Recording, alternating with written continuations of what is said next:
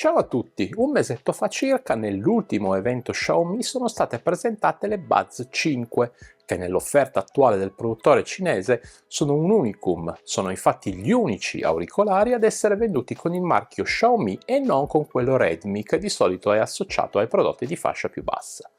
Sono un aggiornamento della precedente versione 4, dalla quale ereditano gran parte degli elementi di design, ma si aggiornano perché ora supportano il Bluetooth 5.4 e implementano la tecnologia Snapdragon Sound, con una particolare firma sonora Harman di cui a breve vi dirò in dettaglio.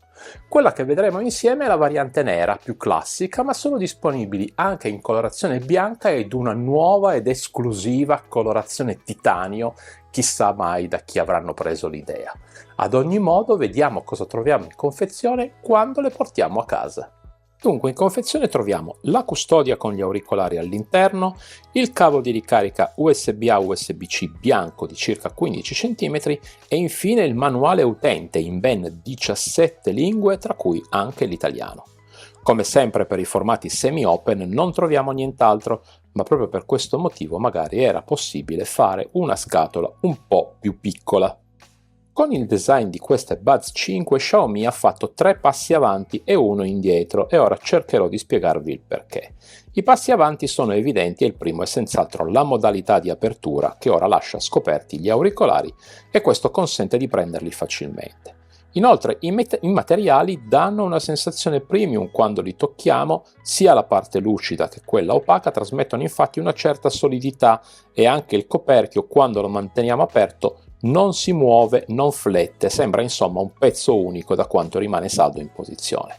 Anche le plastiche interne, per la maggior parte opache, sono in armonia con il resto e se le guardiamo così di fronte sono senza dubbio belle. Ci sono però dei passi indietro, per meglio dire delle mancanze. La prima è che la copertura lucida trattiene una quantità di impronte e polvere colossale. Tenerle pulite è un'impresa persa in partenza, per cui se siete fissati con l'ordine o la pulizia probabilmente non fanno al caso vostro. Il secondo e per fortuna ultimo aspetto riguarda la modalità di estrazione. È comoda ed è molto semplice da utilizzare. I magneti fanno il loro mestiere, ma la trovo un po' pericolosa perché gli auricolari sono solo appoggiati e c'è il rischio che un tocco involontario li faccia cadere. Se ricordate, le Soundpeats Air 5 hanno lo stesso meccanismo, ma un pezzetto del bastoncino rimane fermo nella custodia proprio per evitare sganciamenti accidentali. Vedete voi quale sistema preferite. Per il resto la custodia misura 5,5 x 5,3 x 2,4 cm e pesa 45 grammi. Nella parte frontale è presente un LED di notifica, in quella inferiore la porta USB-C e subito di fianco il pulsante per avviare la procedura di accoppiamento. Nella parte posteriore l'unico elemento degno di nota è la scritta Harman sulla cerniera. Dal punto di vista dei materiali ci troviamo di fronte ad un auricolare a bastoncino corto molto ben rifinito, arrotondato e che, come dicevo prima, è indubbiamente bello da vedere. Soffre però dello stesso difetto della custodia, ovvero attrae tanto le impronte, anche se qui devo dire si vedono leggermente meno.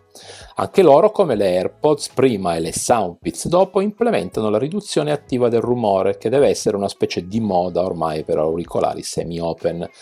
Lo fanno, come siamo ormai abituati, con 3 microfoni che si trovano rispettivamente il primo all'interno della capsula sotto la retina metallica molto fitta che come vedete ha anche stampata la lettera R in questo caso. Il secondo microfono è messo in una posizione particolare, a metà del bastoncino, in prossimità di queste 2 fessure che agevolano il passaggio dell'aria. Questo microfono, così come il terzo che è messo al fondo del bastoncino, sono anche dichiarati antivento, con un vento fino a 12 metri al secondo, e ascolteremo più tardi come si comportano in diverse situazioni. Per concludere ancora 3 cose. La prima è che in questa posizione, oltre alle anse per il passaggio del flusso d'aria, è presente anche il sensore di prossimità. La seconda è che i pin di ricarica sono nella parte interna del bastoncino, proprio per via del sistema di aggancio alla custodia, e infine la terza, ovvero l'area per i comandi, che è posizionata nella parte esterna del bastoncino e i comandi sono a pressione e non touch. Sono comode, punto.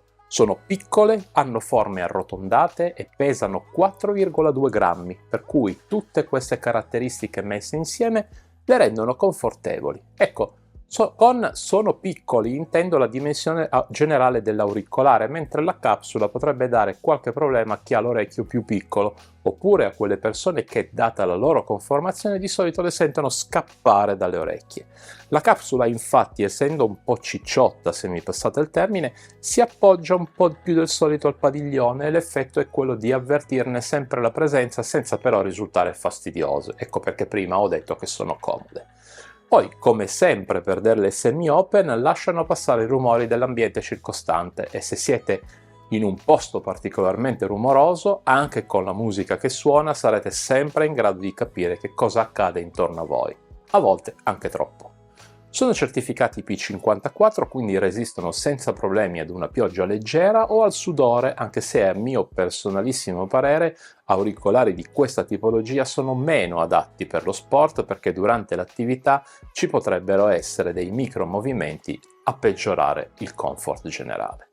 L'applicazione Xiaomi Earbuds l'abbiamo vista diverse volte qui sul canale, quindi vi dirò solo delle particolarità e non scenderò troppo nei dettagli. Le classiche funzioni ci sono tutte, livelli della batteria, aggiornamento firmware, rilevamento dell'orecchio, multipoint, eccetera. Ci interessa invece la riduzione del rumore, che ha due modalità e due livelli.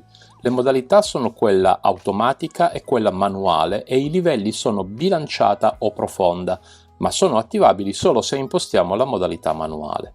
Abbiamo poi le equalizzazioni dal menu effetti audio, tramite le quali possiamo attivare l'audio spaziale, che Xiaomi chiama suono avvolgente, ed eventualmente abilitare anche il tracciamento dei movimenti della testa, così che il suono sembrerà arrivare dal lato in cui incliniamo la testa, appunto. Possiamo poi disabilitare il suono adattivo, che regola il suono automaticamente in base alla forma dell'orecchio, e infine le equalizzazioni dalla voce bilanciamento audio. Qui abbiamo 5 impostazioni predefinite, tra cui l'Harman Audio FX, che è la firma sonora di default, e una personalizzata che possiamo impostare a nostro piacimento. Anche i controlli mettono a disposizione le azioni che servono, ma vi ricordo che sono a pressione e non a sfioramento. Con la pressione singola su entrambi gli auricolari eseguiamo il play pausa, con la pressione doppia andiamo al brano successivo, mentre con la pressione tripla a quello precedente. Con la pressione prolungata invece attiviamo la soppressione del rumore. E questa è una configurazione che deve essere modificata per adattarsi meglio alle nostre esigenze, e questo, fatemi dire, è possibile visto che le azioni espongono quasi gli stessi comandi. Ancora due note prima di passare ad altro: è disponibile il comando per scattare una foto, ma questo funziona solo su dispositivi Xiaomi con HyperOS, mentre il comando per registrare l'audio è disponibile anche per iOS. Le registrazioni rimangono nell'app, ma poi possono essere trasferite sul telefono. Non riesco a dare un giudizio netto a queste Xiaomi Buds 5, sono un po' Dr. Jekyll e un po' Mr. Hyde, nel senso che mi danno sensazioni differenti in base al codec utilizzato o al brano che sto ascoltando. Per quanto riguarda il codec è chiaro come sembrino di fatto due prodotti diversi, con la PTX suonano molto meglio e hanno una quantità udibile di strumenti musicali piuttosto ampia e in definitiva il prezzo di listino è giustificato. Con la AC invece dipende molto dal brano ascoltato, con alcuni brani performano bene mentre con altri decisamente meno, tanto che sembra di non indossare gli stessi auricolari. Per questo caso specifico penso sia un problema di firmware, perché questa evidente differenza di risultati non può essere addossata al driver e tantomeno alla firma sonora di default, quella di Harman. Sono propenso ad indicare come sia una questione di firmware che al momento in cui registro questa recensione è però l'ultimo a disposizione. Ad ogni modo, a livello di specifiche tecniche siamo messi bene, implementano un driver a doppio magnete da 11 mm che ha una risposta in frequenza da 16 a 40.000 Hz, un qualcosa che di solito non troviamo. Inoltre, essendo certificate Snapdragon Sound, implementano il codec Qualcomm aptX lossless, oltre ai più canonici ASC ed SVC. E per finire, la collaborazione con Harman ha prodotto una firma sonora Harman FX equilibrata, che è quella che vi consiglio di mantenere. Con la AC però le prestazioni sul campo sono altalenanti e se per alcuni brani abbiamo dei bei bassi, medi tarate bene e alti soddisfacenti come per esempio I Can Wait Much Longer, per altri abbiamo prestazioni un po' così che lasciano l'amaro in bocca come ad esempio Girl, You Will Be a Woman Soon. Discorso diverso invece con la PTX, meglio ancora se in versione lossless, dove gli auricolari performano molto meglio, ma attenzione perché non tutti i dispositivi hanno a bordo questo codec. Inoltre il volume l'ho trovato un po' basso. Vero è che con delle semi-open qualcosa si perde, però giusto per fare sempre il solito paragone, quello delle Soundpeats Air 5 è notevolmente più alto. Ed ecco spiegato perché queste Buds 5 hanno due facce e in base ai difetti evidenziati, penso proprio che l'indiziato principale sia il firmware che necessiti di un aggiornamento. Attendiamo fiduciosi. Ascoltiamo ora la resa dei microfoni in due condizioni comuni per la maggior parte di noi. Indossate le cuffie se le avete a portata di mano. Prova di registrazione audio in ambiente domestico. Prova di registrazione audio in condizioni di traffico sostenuto. Prova di registrazione audio in condizioni di traffico sostenuto e ANC attivo. Come abbiamo sentito dai test dei microfoni, è evidente come le prestazioni siano buone in ogni condizione e questo ci lascia tranquilli se vogliamo utilizzarle per le chiamate audio. Come per le Soundpeats Air 5, la considerazione è che ormai la tecnologia è matura e offre buoni risultati anche nelle semi-open, che sono limitate dal fattore di forma. Xiaomi dichiara fino a 6 ore e mezza di durata con una singola ricarica con il volume impostato al 50% e il codec AAC. Ebbene, dai miei test risulta una durata di 6 ore con il medesimo codec, l'AAC, e con il volume all'80%. Direi quindi che quanto dichiarato da Xiaomi corrisponde a verità con i test sul campo. La custodia ha poi una batteria di 480 mAh e almeno sulla carta sembra essere in grado di erogare ulteriori 5 ricariche, che non sono per nulla poche, portando così l'autonomia totale a circa 36 ore. Se possiamo fidarci di quanto dichiarato per la singola ricarica, possiamo supporre che anche per le ricariche extra Xiaomi non abbia bleffato. Se invece le utilizziamo con un dispositivo che supporta la tecnologia Snapdragon Sound e il codec aptX lossless, allora dobbiamo attenderci circa un'ora e mezza in meno di autonomia. Questo le fa testare a circa 5 ore, minuto più minuto meno, che le colloca nella stessa fascia di durata delle AirPods o delle Soundpeats Air 5 che abbiamo visto appunto la scorsa settimana. Sembra quasi che su questa fascia di mercato i produttori per i nuovi modelli vogliano attestarsi sulle 5-6 ore di durata, che a me personalmente non sembra una scelta molto saggia, ma tant'è. Per concludere, non hanno la ricarica wireless, ma hanno quella rapida parziale che con 10 minuti garantisce, almeno sulla carta, fino a 2 ore di riproduzione. E veniamo quindi alle conclusioni mentre vi mostro come di consueto un riepilogo delle caratteristiche principali e la mia personale pagella. Come dicevo in apertura, sono senza ombra di dubbio belle da vedere, anche se i materiali utilizzati le penalizzano perché è davvero difficile tenerle pulite. Sono comode e leggere, ma si portano dietro qualche difetto che vi lascio riassunto qui di lato, come ad esempio la durata non eccezionale della batteria o il suono che in alcuni casi ne abbassa il voto finale. In merito al suono, ecco, penso che manchi qualcosa, nel senso che ottenere ottime prestazioni e un senso di appagamento con alcuni brani, mentre con altri avere sensazioni diametralmente opposte, ecco, questo non mi è piaciuto e mi ha lasciato un po' di insoddisfazione. Queste sensazioni ovviamente sono da tenere in considerazione per chi si aspetta qualcosa di più, mentre la maggior parte degli utenti le troverà soddisfacenti. La soppressione del rumore invece è di buon livello e i microfoni performano bene in tutte le situazioni. Da questo punto di vista quindi nessun problema.